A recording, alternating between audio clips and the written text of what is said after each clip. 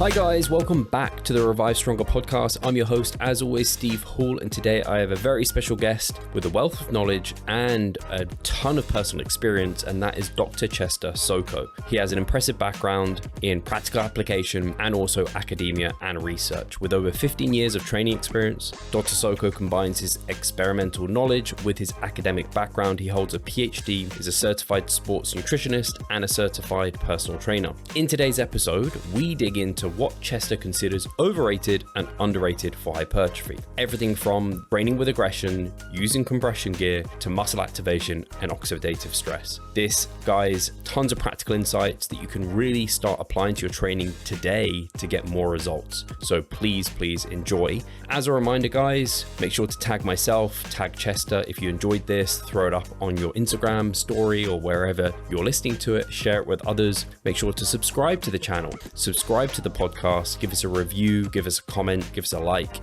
All of that really helps the podcast grow, and it's greatly appreciated and only takes a few seconds from yourself. So thank you. If you really do enjoy the podcast, please just take a moment to do one of those things. I'd highly appreciate it. But without further ado, let's get into the chat with Dr. Chester Soko.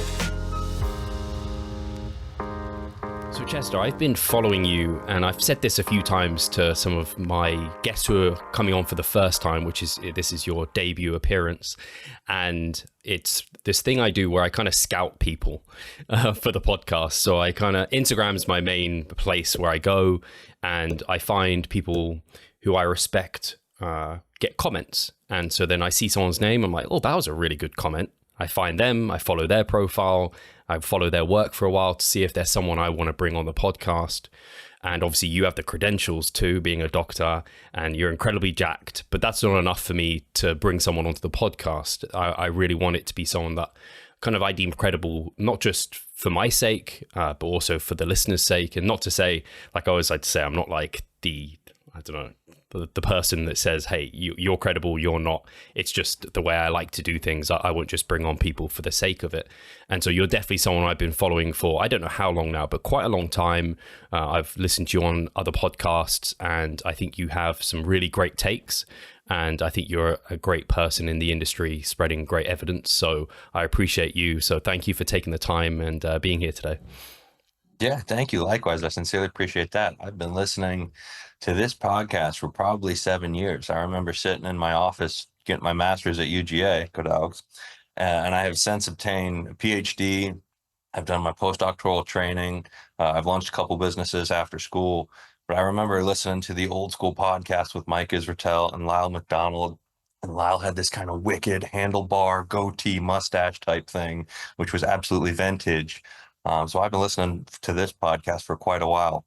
So to be on here, it's an incredible honor, and I'm incredibly appreciative that you would consider me sort of the elite of the elite to speak to your audience. And I'm incredibly, once again, grateful for the opportunity. I really appreciate people like yourself. Like I said, I don't want to just have Mike Israetel on every week and Eric Trexler and Mena Hensman. Like you said, kind of those elite guys. They're brilliant, but they have voices spreading wide and far, and obviously they're only single individuals, and they'd never want to be treated as gurus, even if they might be treated as gurus.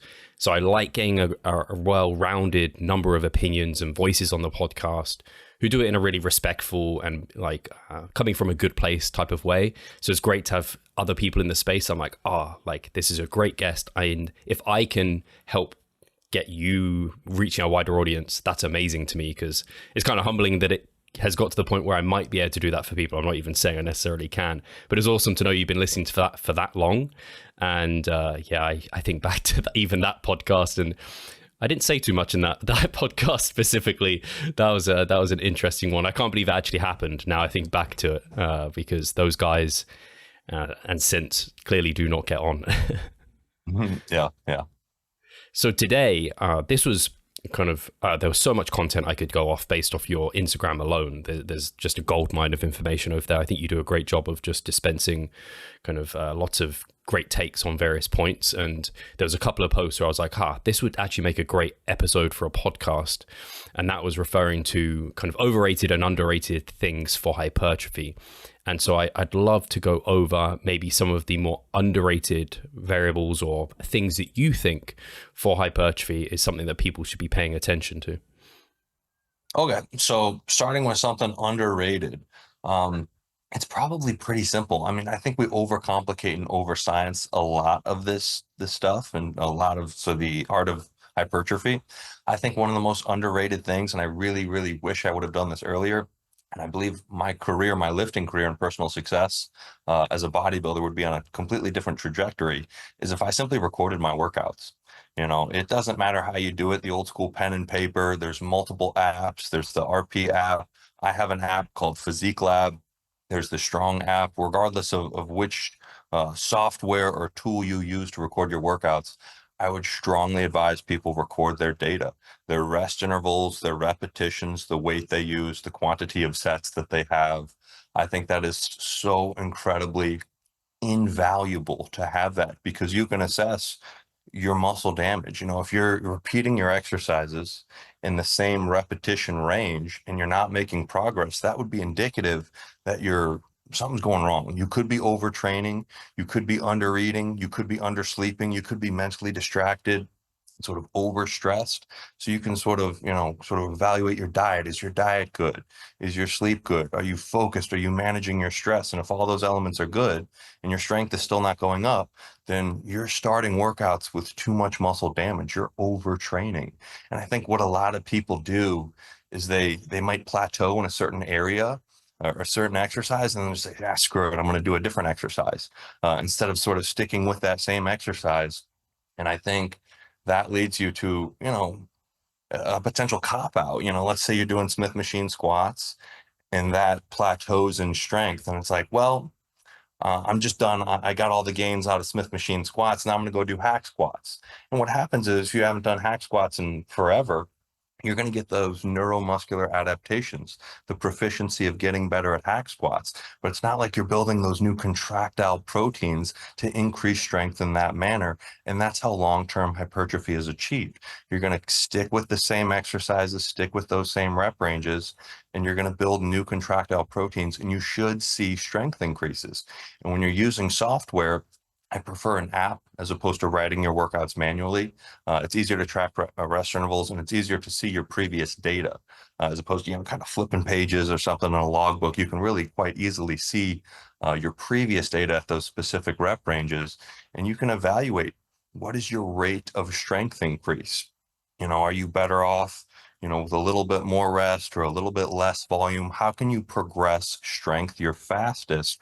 And the only way to answer that question is logging and recording your workouts, and obviously sticking with the same thing. I think that logging your workouts helps you also be consistent in the exercises you choose, because essentially you have a goal or a target every single time. You're not going to the gym and randomly sort of aimlessly going around and doing this workout and that workout. You have a target, you have a goal. And essentially, if you don't hit that goal, then you can evaluate, why didn't I hit that goal? As opposed to this sort of random, chaotic, sort of maybe some of the programs you see on social media where it's like 4 times 20 or 4 times 15, and it's just no logic or no rationale to the exercise selection. But when you're recording your workouts, you can be strategic, you can be focused, you can have that goal, and you can get that feedback that you need to evaluate yourself and assess muscle damage. Yeah, I think that's the saying that was immediately coming to mind is, you can't manage what you don't measure. So many people are going to the gym, and like you said, they don't know what they did last week, so they don't really know what they should do this week. They're kind of second guessing themselves. They're like, oh, this feels a bit off, or this is getting tough, so I'll switch.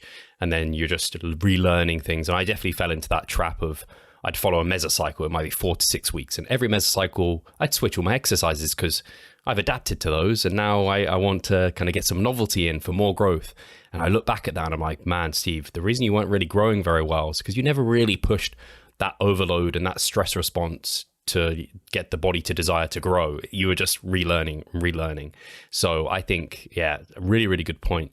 And actually, something I did want to dig into that you mentioned was, because you said it a couple of times, was tracking rest periods, which is something I think is a little bit debated. And I'd love to hear your take, because it sounds like you track them and maybe try and keep them in a range or what have you, there's something I always tend to like auto regulate. And I'm just like, hey, I'll take as long as I need till that target muscle could be the limiting factor and I feel good and ready to go for a set. So some weeks it might be a bit more, other weeks it might be a bit less. But is that something you try and keep to, I don't know, not that you have like an alarm that goes off after 60 seconds or something can tell you to go, but what's your approach there? I do have a start stop rest interval on my application personally. And I think it's very, very important to track rest intervals because you might do workout A 1 week and then workout A the next week, and you might get a whole bunch weaker and you think, man, I'm not progressing, I'm doing something wrong. But what changed was you rested 4 minutes when you did it the first time, and you rested 2 minutes when you did it the second time, and you're not necessarily weaker. You just might not have the phosphocreatine replenishment that you need to overreach and be your best. You might not be mentally ready to go after 2 minutes. So I think rest intervals are so incredibly vital, and I sort of parallel it to giving directions. If you were to give directions to get to somebody's house, you wouldn't just say turn right, turn left, turn right, turn left, and then you're there. You would say go 5 miles and then turn right, go 3 miles and then turn left, go 2 miles and then turn right. You would give the specific guidance on essentially how long they should go before they make their decision. And rest intervals give you this sort of comparable setup. How long should you wait before you do your set, and then you attack your set, and then you're able to recover. And I think it's so important both mentally and physically to equate conditions when you're trying to repeat workouts and overreach. So you don't have to go super strict, 4 minutes on the dot, beep, beep, beep, go, go, go. But I would say have a essentially, I make a recommendation. It could be 4 minutes. There's sometimes where screw it, I'm ready at 3 minutes and 30 seconds. I'm ready to rock and roll. And there's sometimes, I might need 4 minutes and 30 seconds or 5 minutes to get in that same headspace to feel right for that workout. But I try to keep it similar within maybe 90 seconds. And I'm a fan of sort of longer rest intervals. So if you were to use shorter rest intervals, you would probably have a little bit less variation than the 90 seconds, but keep it within a decent range when you repeat workouts and when you repeat exercises. That way you can truly equate the physiological conditions in the muscle to see if you're overreaching, whereas you're not, again, just you're depleted of your phosphocreatine, for example, and that needs more time to replenish. So I think equating those physiological conditions from workout to workout is very important, and rest intervals are an integral part of that. Yeah, it makes a lot of sense, especially for that person. And I would say tends to be, I actually know there can be more advanced guys that get into this trap too, where they're kind of impatient and they just want to go and they're not truly ready to kind of get into that set. So when I think about auto-regulating your rest periods, or at least for me, I could, if I time them, they probably are within that 90-second range. I'd almost guarantee it, unless someone talks to me and then I get distracted, which happens very rarely, but can happen. And actually, that's a good point for having the alarm that goes off, because then you're like, hey, dude, I got to get, I can't keep talking to you. I got to get my set. So that's nice. But I definitely think, and I'm a fan of longer rest periods in general. Like you said, it tends to lower the quality when you have to have shorter rest periods and you have to make up for it via sets or volume. I'm not a huge fan of that. But for another topic, so you mentioned measuring. Any other underrated variables that you have to think for muscle growth? One variable that people really don't talk about, and I'm doing it right now, is compression. And not necessarily compression when you're lifting, but compression to recover. I don't know if you've ever seen somebody get surgery, but post-op, they're all compressed. If they get, the chin lipo or something, or the gyno, they're wearing one of these compression chests. And if you look at the compression data for resistance training, again, not necessarily wearing compression when you're lifting, but wearing compression post recovery, it can significantly enhance recovery, and the methodology is believed to be enhancing blood flow. So we have sort of two phases of muscle damage. We have our primary damage, and that's going to occur immediately. That's your Z-line streaming, your sarcomere popping, sort of membrane integrity dysfunction, and that's going to occur immediately while you're in the act. And then we have secondary muscle damage, and that the compression is believed to alleviate some of that secondary muscle damage. So what is believed to occur is when you wear compression, you can't go too tight. If you go too tight, it's going to overly constrict the blood vessels. But if you have just the right amount of compression, you're going to squeeze your muscles just a little bit, and it's believed to increase that superficial blood flow. And what's going to happen is, this is hypothesized, it sort of washes away. What happens is, post-workout, you have reactive oxygen species generation, those bad guy molecules, and they can do some damage. It's believed to be that if you increase that blood flow, you can sort of decrease potential excessive concentrations of reactive oxygen species within the localized muscle. So you don't have as much of those bad guy molecules, which is believed to be, and those bad guy molecules can harm cells and harm proteins and things like that. So you don't want excessive amounts of reactive oxygen species and free radicals in your local skeletal muscles. You don't want to completely blunt them, with excessive antioxidant supplementation. You don't want to blunt inflammation with NSAIDs, but you don't want excessive reactive oxygen species. And it's believed to be that this compression could alleviate some of this secondary damage and sort of wash away the excessive concentration, if there is some, of the reactive oxygen species and augment recovery. And there is ample data about increases in strength faster, potentially. If you're going to have increased strength, that could be a documentation of increased contractile protein accretion, increased hypertrophy. So the compression, wearing it localized on your muscles, I have really small arms, so I'm always compressing my arms post-workout in an attempt to accelerate the recovery. And again, the mechanism is hypothesized to be increasing that blood flow, reducing the secondary muscle damage, potentially accelerating the anti-inflammatory phase so you can get back to recovery sooner. That's really interesting, because I had, I think, a company reach out to me recently, and they wanted I'd maybe do a sponsored post or sponsor an episode of the podcast or something. It was leg compression garments. So I did a little bit of research into it, because generally when I've looked into recovery protocols, they might recover the muscle faster, but often for the sake of adaptation. So ice or heat or what have you, that can often delay, they can kind of, speed up recovery, but for the sake of the hypertrophy adaptation. So I was like, would compression do the same? And I didn't look into it into detail, but I did find some encouraging news that it might actually be positive there. So that's really cool. In terms of the compression, you mentioned it needed to be a certain kind of tightness. Is there what have you got on personally? Did you buy something specifically, or have you made up your own thing? This is just your general. I went to Amazon and got some arm compression. You want to measure your arms, or, I do them for your knees if you have tendonitis or something like that. You can do them for your thighs, your calves. A lot of people struggle with calves. You might buy the elbow ones and put them on your calves, because I don't think they have like a calf compression, or maybe they do, but essentially you just want to measure your localized area and just get a little bit smaller, just a schmecking of compression. And it is believed that that can accelerate the recovery process. And as you know, our protein synthesis time curve from a resistance training workout, we can only stimulate this enhanced anabolism for so long.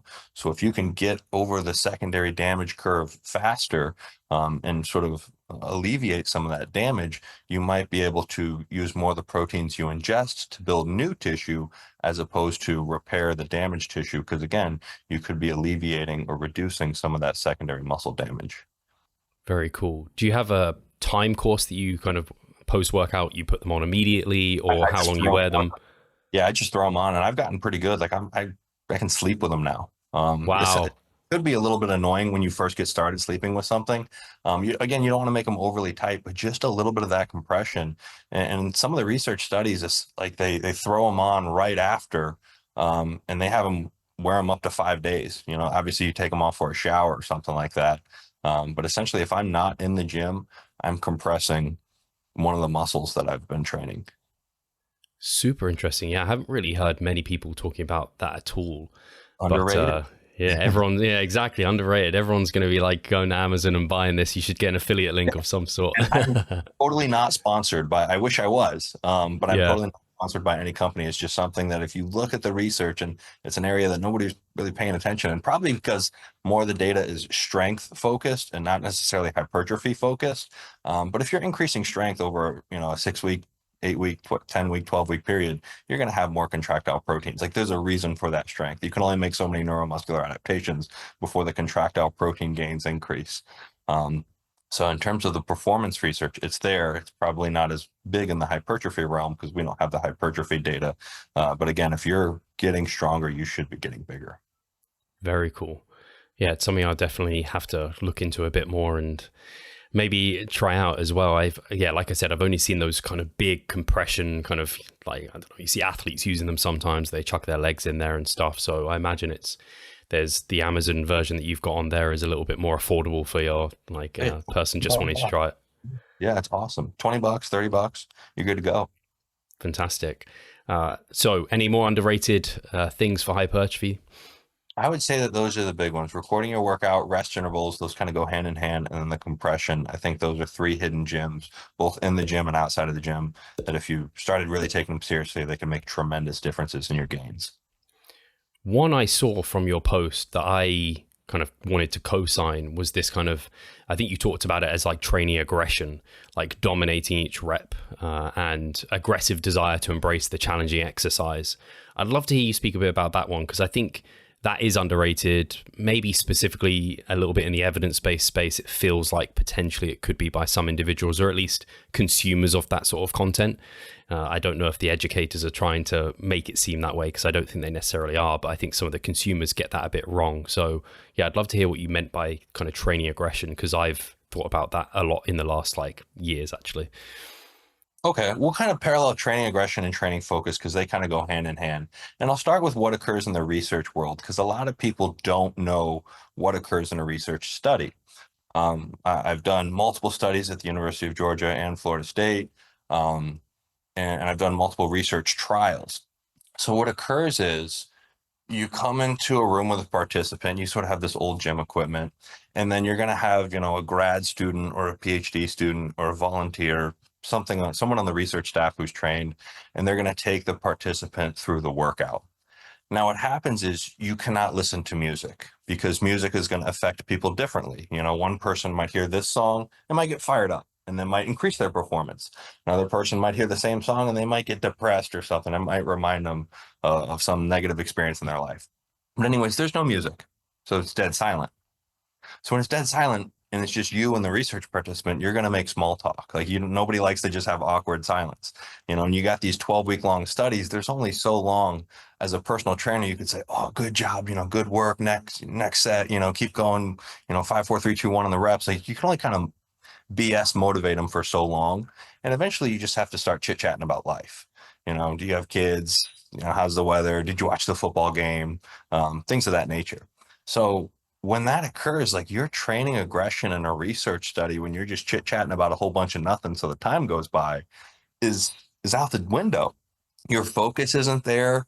Your aggression isn't there. I mean, there's sometimes you're doing sets and you're talking, you don't want to tell the research participant like, hey, shut up and focus. But sometimes they go on a tangent and they're doing their set, their leg press, and they're having a conversation with you while they're leg pressing. And again, like you don't have the heart to tell them, please focus, be quiet, get into your set more, get mentally, invigorated and get into this workout a little bit more. Because sometimes, especially if it's an older population, or sometimes even a sedentary population, this might be the only conversation these research participants have all day.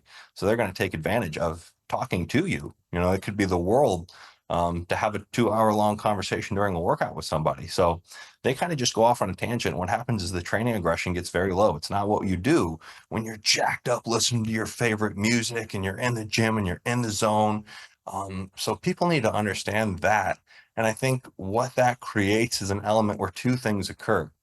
Is your effort could go down on each set and you might not lift as heavy. You're just not as focused. There's no way you can have conversations, looking this way and looking that way and talking about God knows what and do a super heavy set of squats. You just can't get into it like that.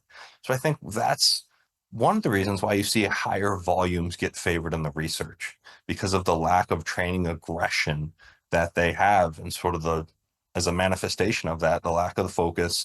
It's going to have reduced effort. It's going to have reduced intensity compared to somebody who's in a commercial gym who's just completely in their own zone. When it comes to weightlifters in a commercial gym, the aggression scale is also going to be very variable between different individuals. You have, even trained people, and they like to kind of chit chat and stuff and have conversations, and they can make some good gains. And you have on the opposite end of the spectrum some very serious people who train extremely aggressive. Um, Me personally, like there are pretty much any time I'm going to do a set of heavy squats, like I will just kind of lock in, get so in my own zone that I could tear up. I actually start like physically crying before the set, and nobody like looks at it, but I'm just that hyped up, that aggressive. I'm in my head, just ready to go. And there was a football player. I don't know. Can I say cuss words on this podcast? I'm just going to quote him. Okay. So there's a football player. His name is Marshawn Lynch. Um, and essentially somebody asked him, like, what do you want to do when you get the ball? And in American football, like, you want to get yards and you want to score touchdowns. That's the goal, to score more points than the other team. So they asked him, like, what do you want to do when you get the ball? And he didn't say, I want to get more yards or I want to score touchdowns. He said, I want to run through a motherfucker's face. And that is some mentality that some people have when they train that certainly I've pretty much never seen a research participant have.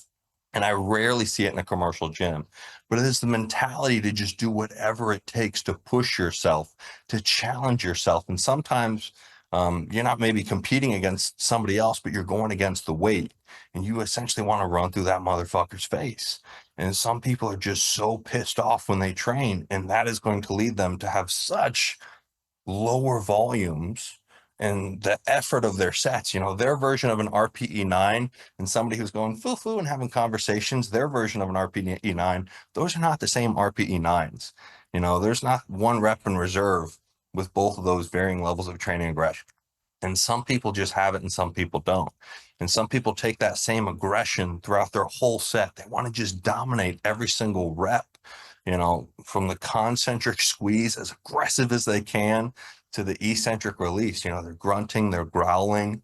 And those things can augment sympathetic nervous system activity. So if you ever see somebody grunting and growling, I would never shame them or anything like that. Stan Efferding and I had a conversation about this.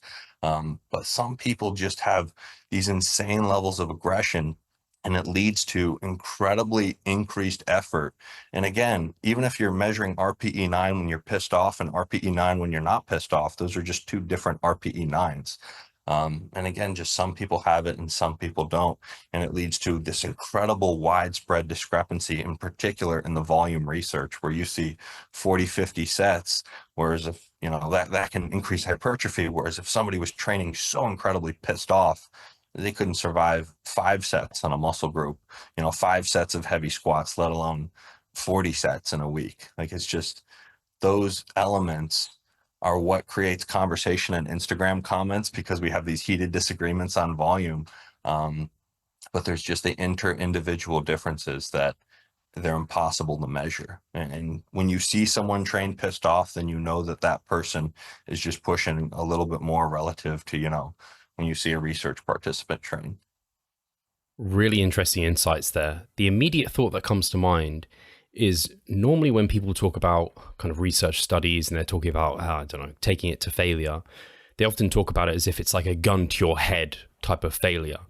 And they talk about that normally referring to the research, but from hearing you talk through this, it's kind of, maybe it's different in different research papers, which also adds, like, muddies the water, right?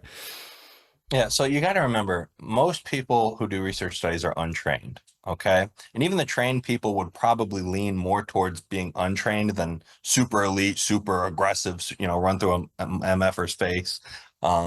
So most people are more untrained or on the untrained side. So if you've never done anything in your whole life, like, the one thing you don't want to do is overdo it. Like, if I was not a good swimmer, I wouldn't go in the ocean and push myself as much as I can. Like, I'd be in a 4-foot pool doing baby steps. And when I'm a little bit tired, okay, that's enough because I don't want to drown. And when you have these untrained people, you push them just a little bit and they're always going to err on the side of caution. I remember one research participant I had, you can judge somebody's proximity to failure by their repetition speed. So when they're getting really close to failure, they're slowing it down. So this guy was saying, we wanted him to go to 8 reps and it was like an RPE 9. But we're looking at him, he's like 1, 2, 3, 4, 5, 6, 7, 8, and doing them super fast. So we're like, he's like, RPE 9, I can only do one more. So we're like, all right, we're going to go to true failure right here. Screw what the 8 rep says, and he got 27 reps when we asked him to go to true failure. So me and the other PhD student, we deviated from the research protocol. Not many people are going to do this. But when we asked him to go to true failure, he got like triple the reps, you know? And I feel like so many people underdo it because they don't know how to push their body.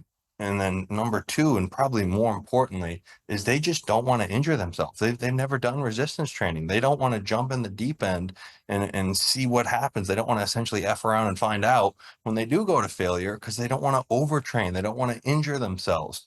And I feel like that's, again, why you get these higher volumes in these research studies, because even if you get, failure in a research study or RPE9, it might not be true failure or RPE9. It might be RPE9 or failure relative to somebody who really does not want to push outside of their comfort zone and is not used to pushing outside of their comfort zone. They're untrained for a reason. They don't like pushing outside of their comfort zone. Otherwise, they would be trained and they would do this stuff routinely like you and I do. So that is so important to consider when you look at the research. And again, that's why I do think it slants towards the higher volumes. 10 sets, 20 sets, 30 sets, 40 sets, 50 sets. I guarantee 60 sets is coming out sometime soon. But again, the research participants are just not training with that same aggression. And I think that they're training on the side of caution. And you can't blame them. If you've never done something before, you want to be cautious. You don't want to just jump in the deep end and bite off more than you can chew. Do you not see the progress you would like? Are you sick of writing your own programs? Or perhaps you need some accountability in order to stick with a plan? Then it's time to start working with us. We at Revive Stronger offer a truly personalized coaching service. You'll get more than just an email with some macros or random cookie cutter program. With Revive Stronger, you will be the center of our attention. You will receive your own fully individualized training protocol alongside a customized nutritional strategy. We created the coaching around your needs, wants, personal preferences, and your own unique lifestyle. Every single week, we delve into your program in order to make appropriate adjustments so that we get the most out of your time and the best possible outcome. We help both female and male athletes to seriously change their body composition by adding more muscle mass and decreasing fat tissue. Additionally, you get access to our exclusive Revive Stronger member site, where you'll be able to watch over hundreds of hours worth of educational content. No matter if you're a competitive bodybuilder or just want to look better, if you need help with your progress and taking your physique to the next level, our coaching is for you. It's time to make a change. Sign up today and let's revive stronger. Makes a lot of sense. The other thing when you were talking me through that was in terms of the conversation, because I train at gyms where there's personal trainers and they're training their clients who are people who, maybe they come once or twice a week, but they're not serious lifters. And they're like often having just chit chat conversations. And I watch them through their sets and I totally get it. Like, this person is paying you for a result, of course, but they're also paying you, and you don't want to make them uncomfortable, or I don't know. I think if you're a good personal trainer, seriously, you would probably have the conversation with them like, no, we got to work, and you would push them through it. But I think a lot of people are people pleasers. Maybe it's a new client, or I don't know, they're like struggling, what have you, and they're just not confident enough to do that with that individual. And you see them and they leave those sets with, like you said, 10 plus reps in reserve, and they're not really causing that stress response. It also makes me think of, why have I forgotten his name? The Rock, Dwayne Johnson. So he would have videos where he'd be like doing sets, and then the camera would like zoom into him and he'd go focus, and then he'd keep going. I'm like, I actually really like that you said focus, because it is really important to focus, but the fact you could say focus almost takes away from the fact that you're not focused within the set. But it is those final kind of, as you are approaching failure, like everything's breaking down. You have to like have blinkers on, really get into the zone, have aggression, have like intensity within every part of your body to create stability and try and generate as much force as possible. And I think this is why you hear, especially at more advanced lifters, talking about it as a skill to be able to do it. Because I don't think I appreciated it maybe 5 years ago, but now 5 years in the future, I'm like, I'm much better at pushing myself to the point of which I can keep relatively good technique or within a reason and take that muscle closer to failure. Whereas in the past, I would have failed like 5 reps before that because I just wasn't skilled enough at that. Yeah. It's a learned skill. And again, if you have someone untrained, they're not going to know how to do it. But it's a learned skill to continuously push outside of your comfort zone. It's a learned skill to love that pain. Like, I don't know if you've ever done pretty much a set over 12 on hamstring curls, but they're just brutal, especially the bigger your hamstrings you get, the more metabolites you're going to have. The burn is just off the chain, especially calves. Maybe that's why people have small calves. I know there's some protein synthesis data that says the calves may be a little bit blunted. But at the same time, like, I would say calves are one of the most painful muscles to develop. And it's a learned tolerance to deal with that pain. Like, you're essentially, okay, I'm going to start this set, and in a minute, I'm going to be like crippled on my knees because I can't even stand up. I'm going to be in so much pain. And that could be RPE 8. You know, that's not even going to failure or doing a drop set or doing length and partials on that. That's just part of the set of calves. So I think a lot of people are not ready for that, or may not embrace that, in particular, some of the more untrained populations. Yeah, very well said. I think that's partly why my calves has actually grown in the last years, was not just the length and partials, which I've been using on them because the data seems to be leaning that way, but I've been doing them first and just taking them like 1 RAR 0 like regularly. And the pumps and disruption that I've been getting in my calves, I've never had in my life. And it's similar to what I was able to achieve in my quads. And I was like, I think I just never truly pushed my calves close to failure because, I don't know, it got uncomfortable. I just was going through the motions, and you have to have that focus, which is also why I think, like, when you get, and I talk about it like a volume track, when you have lots of volume to do, you inevitably sandbag a little bit. You kind of hold back. It's like having 20 tasks. If I had, I don't know, 5 podcasts to record in a day, I'd be trying to make them as short as possible. I'd be like not truly invested in each one. I'd be like rushing through them. Whereas if I've got one dedicated, like, I'm like, I can give that everything, full focus, all my dedication, the quality of that's going to be so much higher. I would agree 100%. You know, I think when I first started this game, I remember, okay, you got to do 4 sets of every exercise. Now, as an advanced lifter, I would say 4 sets of every exercise is literally like the weight training version of being toxic. You know, like, it is just not good for your muscles, and you are going to, sandbag it? You're going to sandbag it. You're going to take it easy. Your first few sets are just going to be foo-foo. Essentially, the weight might not be as high, so the intensity is reduced, and the proximity to failure might not be there. So if you don't have as much intensity and as much effort or proximity to failure, that right there is a recipe to limit hypertrophy. So if we ever do the overrated things, 4 sets on every exercise would be the biggest overrated element in the gym. Are you finished with the underrated elements? Do you have any more you wanted to talk about? Or we can go over to the overrated. Okay. Yeah, we're good. We can go over to the overrated. Cool. Yeah, go for it. Okay, I think number 1, probably muscle activation, especially now that we got our data on, you know, the squat versus hip thrust, where muscle activation is not related to gains. There was the Vitosky paper, 2017, where it said muscle activation is not related to the recruitment of skeletal muscle, or it's not predictive of hypertrophic potential. So I think muscle activation is a huge scam, but it's so easy to convince somebody who doesn't understand muscles.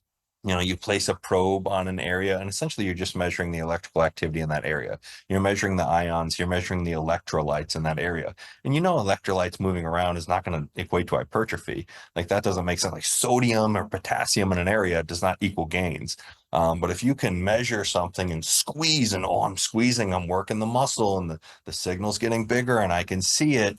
And there's certain people who portray, you know, muscle activation is very important, especially if they have PhD in their name, then you're going to think, you know, muscle activation, glute activation is extremely important. But in reality, muscle activation is just totally overrated. And I don't think it's something an advanced lifter should focus on. Maybe it's good for rehab purposes, but for maximizing hypertrophy or maximizing strength, I do not believe that muscle activation would be advantageous to focus on or program exercises based on. Yeah, I think it's also like looking at some of the data on it, it seems to bias things that then don't like correlate well with the hypertrophy research. Like, it biases heavier loading versus lighter loading, but we know we grow well from lighter loads, at least in the short term, where it biases often short muscle lengths over long muscle lengths. And it's like, that's kind of contradictory to the growing body of evidence suggesting longer muscle lengths are important. So yeah, I definitely would agree, like as a proxy for hypertrophy, it's not super useful. But like you said, it's a really good way of selling things, and it looks really sexy in like an Instagram reel where you could be like, should I do this exercise or this one? And it's like, oh, look at these readings. And then if I didn't know any better, I'd be going with the one that looked like it was reading more on the graph. Yeah, yeah. And there was a study, I think like 2017 or 2018, that equated force, but they just changed muscle length. And they saw that in the shorter position, you had more muscle activation, which is why the hip thrust does so good on muscle activation. And in the longer muscle length, you had less muscle activation. But we know that the longer muscle length is probably going to equate to more hypertrophy.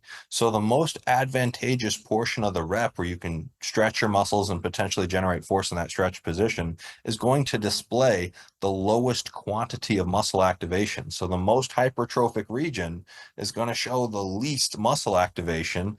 So right there, kind of red flag.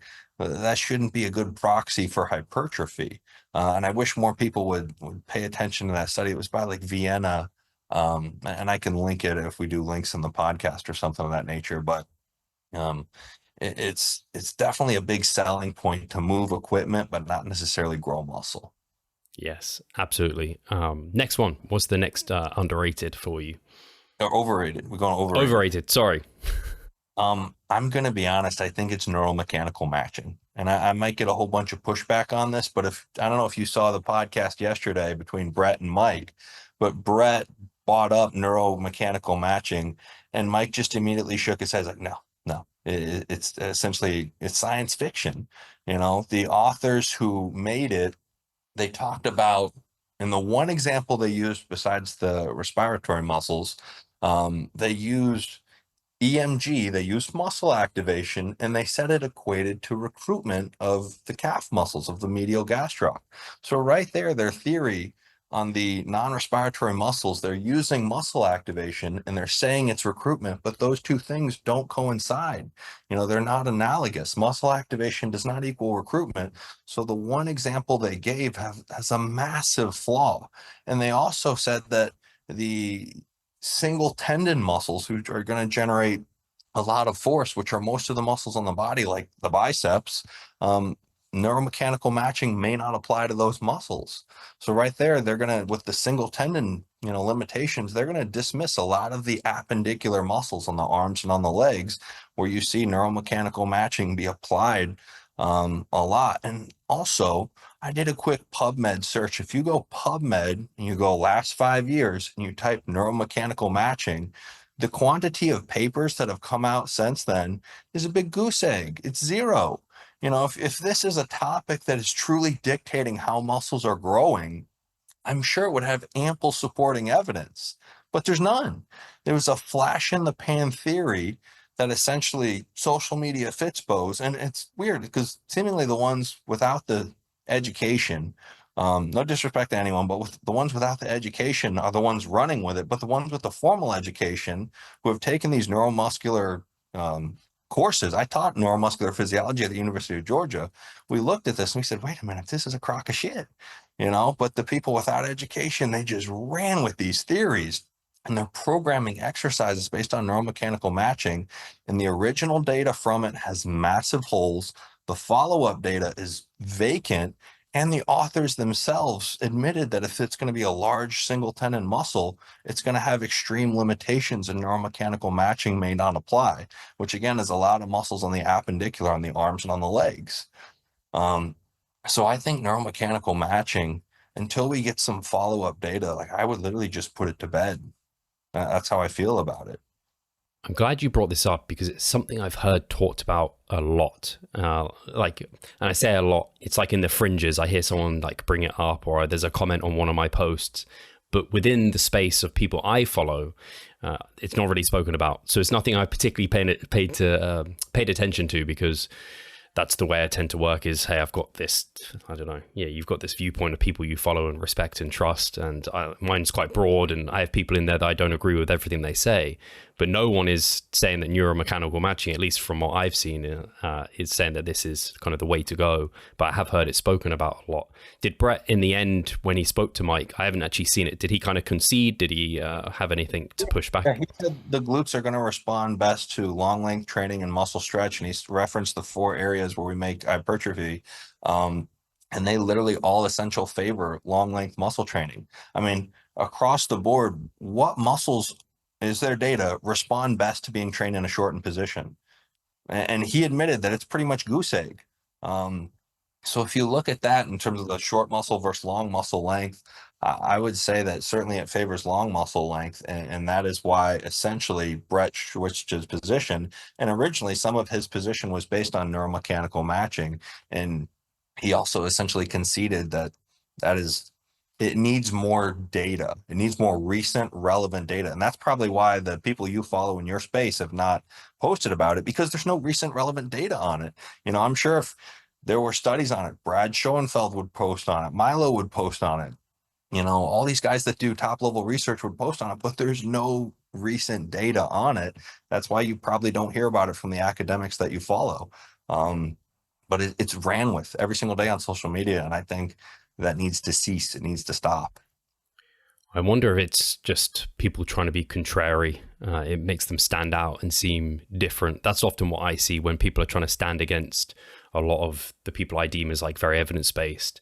When I see people with counter thoughts, like a very starkly counter, I'm like, do you truly believe that? Or are you just doing that because then it creates, I don't know, more eyes on you, and then you get people who also have that bias. They're like, oh, I'm going to hold on to this. I can't speak for Brett, but I would definitely say Brett is evidence-based, and I'm glad he changed his position on it, because he obviously is strongly tied towards the hip thrust. So to see that maybe not be the best of the best for the glutes in every situation must have I imagine wasn't the nicest thing for him, but I'm glad that he's kind of conceded that, hey, yeah, I mean, it's still, I don't think anyone's saying it's not a useful tool to maximize glute hypertrophy, but might not be the be all end all that once he maybe had hoped it to be. I would agree 100%, 100%. Now, do you have, sorry, go for it. Yeah, I think also some of the people who do kind of go against the literature, they kind of maybe like a little bit more controversy. There was just one guy who was very smart as a marketer, and he invented this 8-hour arm workout, and it got a lot of people talking. Whether it worked or not, I'm sure he didn't really care, but it got a lot of people talking. So he was a guru in terms of marketing, and I think a lot of people like to post, and I noticed this on social media. Some of the things I post that are the absolute best content for people and can change someone's lives, they get very little likes. But if you're going to throw the controversy out there, boom, you're going to get 1,000 likes, and it's going to get comments and shares and saves, and your algorithm's going to go crazy. So I think some people strategically might post a little bit more controversial topics just for the marketing. Yeah, I think I don't even think it. I think that's like absolutely, they totally do it. And I absolutely love Menno, but some of his titles to some of his posts, he knows what he's doing in terms of it sparks like diet breaks are a waste of time, something like this. I'm not saying he exactly said that, but it was something along those lines of, or deloads are worthless. It's not quite as bad as that, but there were bits of those. And then he goes into detail, and it's to hook you in because this is the game we somewhat have to play. And I totally understand him doing that. But yes, when people take it, there's a step too far, and there's also being completely disingenuous and not trying to help people. So I think a lot of us, unfortunately, have to, if we're not a big influencer, big name, we have to somewhat play that controversial game and get the looks and eyes on us. But I think from what I've seen of you and the way that if you've ever done it in terms of having disagreements, it always seems like you're not attacking the person. You're not making ad hominems. You are looking at what they've said and disagreeing with it and backing it up with your own thoughts and data. So I think that's, if you're going to do it, that's the way to do it. Yeah, that's certainly how I always tend to come across. There's one individual, I'm not going to mention his name, but I certainly don't like him. And you could probably know who that is. I don't like him as a human being. Especially some of the DMs he sent, the direct messages I've received. But otherwise, yeah, you always try to use logic over emotion. You always try to present the data. With this one individual, you can present the data and it doesn't matter. You're still going to get cussed out and called a clown. But anyways, we can move on from that one. For sure. Yeah, I think probably a bunch of the listeners will probably know, especially if they follow your content, they probably have an idea. But so, yeah, is there anything else that you think is overrated in terms of things that people focus on for hypertrophy? I mean, volume comes to mind in terms of what you said there, but we kind of discussed that one. Yeah. I certainly think with aggression, you don't need big volumes. I mean, I've seen my greatest growth doing anywhere from 2 to 5 sets per week on a muscle. And I think it's very important to track your weekly volume to see what you respond best. Track how many sets you're doing and how many sets you lifted heavier than before. I think that is key. My app does that, Physique Lab, small plug. But certainly, however you can track your strength progress and track how many sets you're doing per muscle group, that would be highly advantageous. And again, if you're really aggressive, just be confident that you can grow a whole bunch of muscle without doing excessive volume. I think that's one of the scary things. Like you grow up and it's like, I got to do 4 sets per exercise. And if I don't, I'm missing out. Like I'm being a punk, I'm cutting a set short. Like I could have done more. I could have done better. Like, especially that's kind of the Arnold mentality. One more, one more, one more. But now with modern data, especially on the muscle damage, like you do not always have to do one more, and you can make fabulous gains doing anywhere from, we'll say 2. I train super aggressive, so I'm going to say maybe 3 to 6-ish sets per week. I would say I'm a little bit of an abnormal and can go a little lower on my volume just because how pissed off I train. But most people, I would say 3 to 6 sets per week. And I'm not a natural athlete. I do TRT. I'm slightly above physiological range for my testosterone levels. But I think this can also apply to natural athletes, is you don't need to make a mountain of volume. Like you can make fabulous gains without doing excessive volume. And I do think less is more, especially if your aggression is there.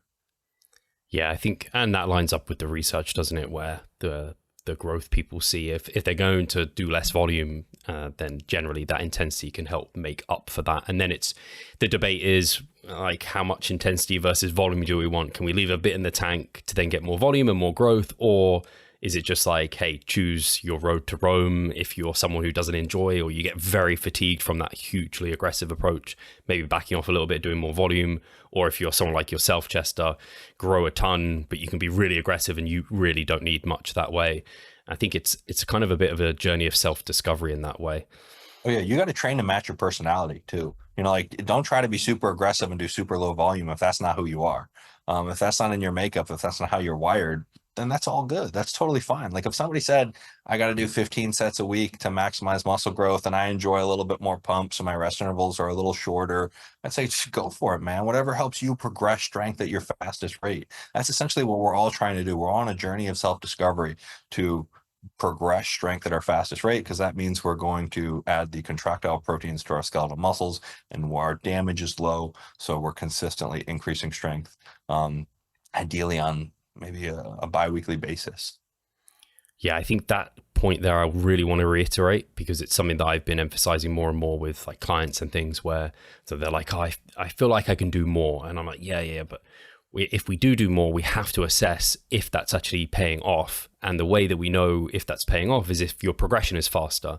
If you're progressing just at the same rate or even slower, then now more volume is not better in that scenario. If however, we see faster results, then that's great. And that's the best proxy, I think, for muscle growth, is that performance over time. And so many people forget the goal isn't volume, the goal isn't any of these things. It's to see that progression over time, because that's going to be the indication that you've grown, so long as you've kept all the other variables static, not like shortening your range of motion or something to progress. Yep. Well, and that just harps back to our very first point where we opened this. Best thing you can do is record your workouts. Like that's your golden ticket to assess your progress. The mirror, progress pics, the lighting can change, your angles can change. When you wrap your body, your circumference, if you wrap the tape measure just a little bit different, it can, oh man, I gained, or oh man, I lost, when really you didn't. You maybe just wrap the tape measure a little different. You could have some swelling, you could have some edema, you could have a big old salty cheat meal, and now you got, extra water and you're holding everywhere, and oh man, I'm not growing, or, my curves aren't curving how I want them to curve. But the one thing that's going to hold consistent, it's going to hold true, is going to be recording your workouts and assessing that progress, your strength progress. That should be good to go. Yeah. So well said. Anything else there that you think you want to talk about that's overrated? I think that's good. I mean, there's going to be a lot of debate about, like the pump and metabolic stress, and maybe we can jump into that. Maybe one thing I say that is overrated, because I've seen some people program based on oxidative stress. So essentially, when you weight train, you're going to generate like free radicals. But I've heard that some people have like oxidative stress workouts or something of that nature. You don't necessarily want to excessively increase oxidative stress.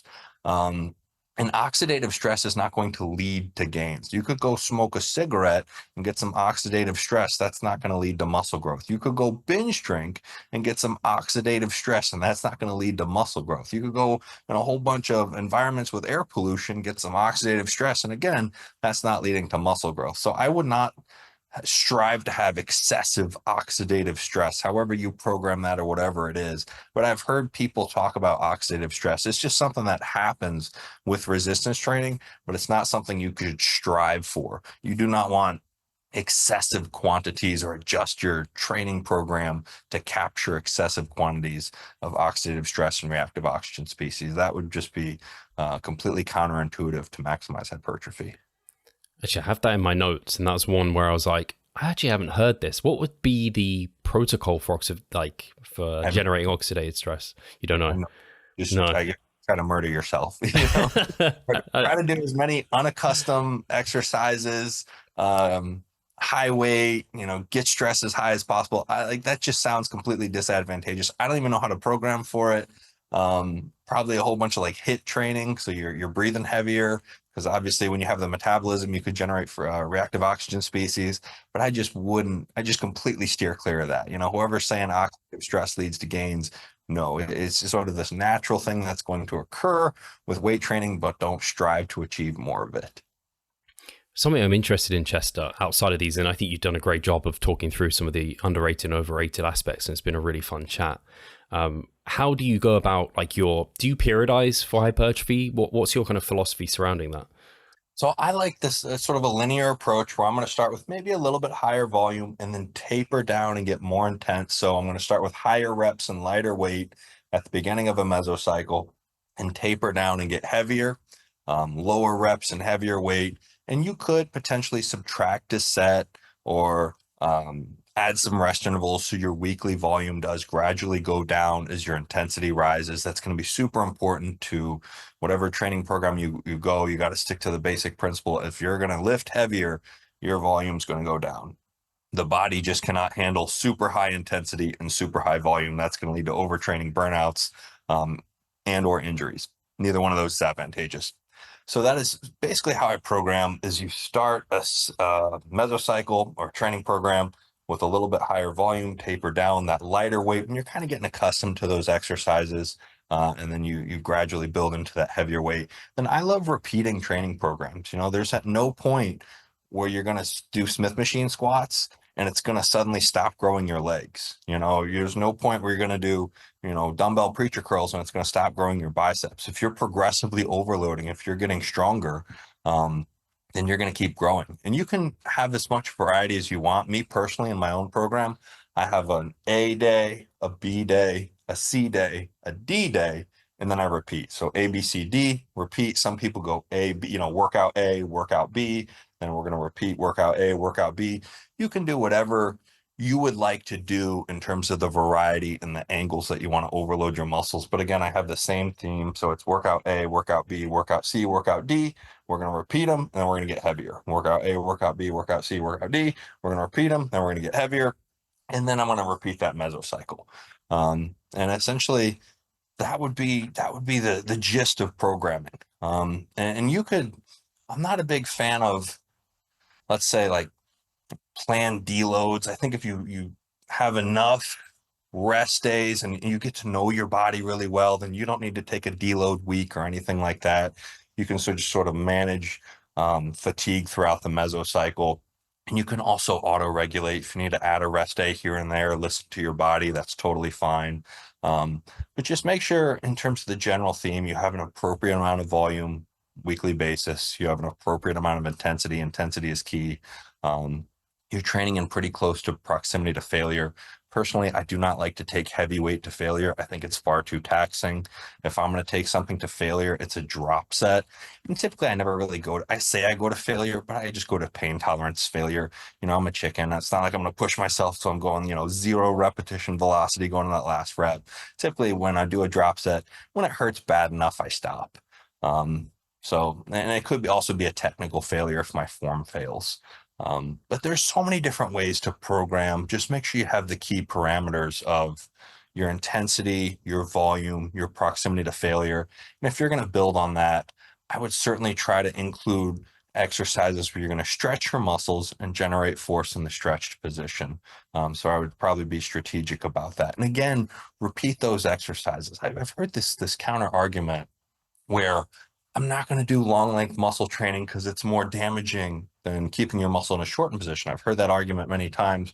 But if you look at the hamstring study, the seated hamstring versus prone hamstring, after 12 weeks, damage was equated.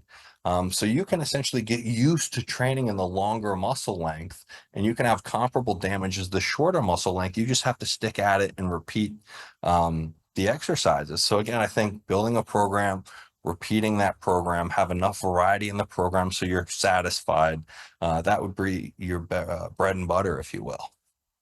Yeah, I really like that. I like that you mentioned this is the way you like to do it, which is very systematic, complete, makes sense. It meets all the kind of prime things that we need to be meeting for growth, but there's many ways to go about programming. It's kind of the art of that. Obviously, the data we have on periodization is we just don't have great data on it. It's like it's not negative, it's not positive hypertrophy, but I think there's definitely planning and thinking about fatigue management in some senses is a smart thing to be doing. So yeah, I like that. And I like the re-emphasis on keeping movements in. It's not like suddenly your body's just not going to respond to something. You have to stop doing it. So of course it's going to keep responding. It's just, if you're getting niggles and injuries, maybe you shouldn't push through those and maybe it needs varying, but varying things irregularly is a good idea. And like you said, repeating programs, like you should be sparing that you make changes. Like I said at the start, me changing everything every 4 to 6 weeks was a terrible idea, a really bad idea for so many reasons. And that's so hard as like an online coach, because essentially, I swear, your client wants change, they want variety, but once you get that meal plan dialed in, once you get that training dialed in, you just repeat and make these very, very subtle changes. Maybe you swap out an exercise here and there, and maybe you add just a little bit of food here and there. But the game of bodybuilding is just how much Groundhog Day, how much repetition can you tolerate? And that's what I feel like separates whether you're natty or enhanced, the good bodybuilders from the great bodybuilders. Is the great bodybuilders were just able to tolerate consistency more, and they love the consistency, and they love the grind, and they love the routine, and they love to set schedule, and that's going to be it.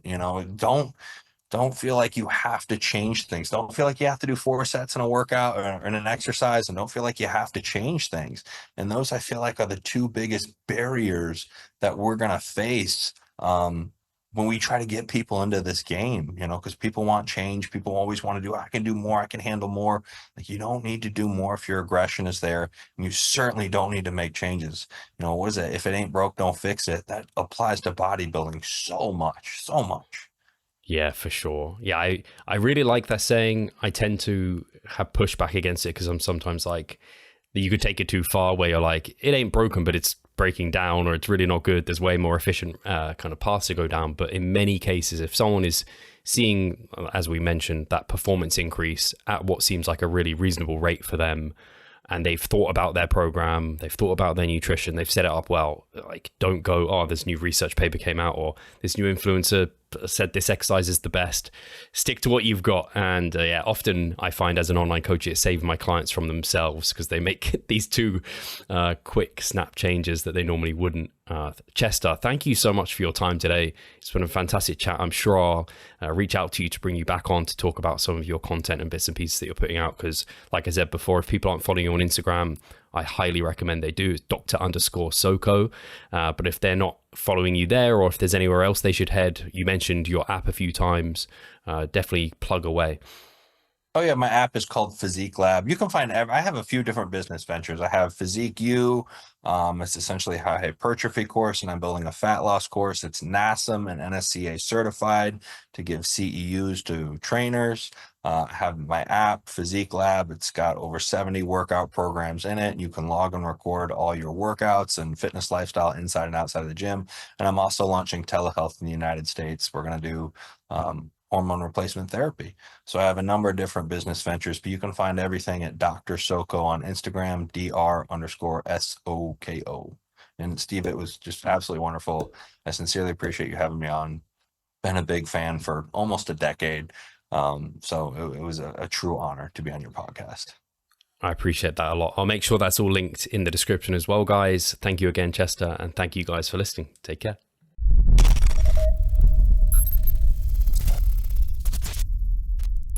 Losing weight fast while maintaining muscle mass. Sounds too good to be true, doesn't it? It isn't though. It's reality and we know how to do it. And we will help you achieve this. The Minicut movement is an 8-week fat loss program to make you lose a huge chunk of fat while maintaining muscle mass at the same time. We will support you from the beginning to the end so that you see the results you would like to and come out of it much stronger. You'll receive a fully automated spreadsheet that is based on your nutritional needs. You can choose between 6 different male and female training templates. Over 30 videos will guide you through each and every single step of the Minicut so that you're getting the most out of your journey and that you always know what to do. But the best thing is that you can start whenever you want. The Minicut movement is open 24/7. So if you want to learn more or you're ready to sign up, hit the link in the description below. So let's revive stronger together.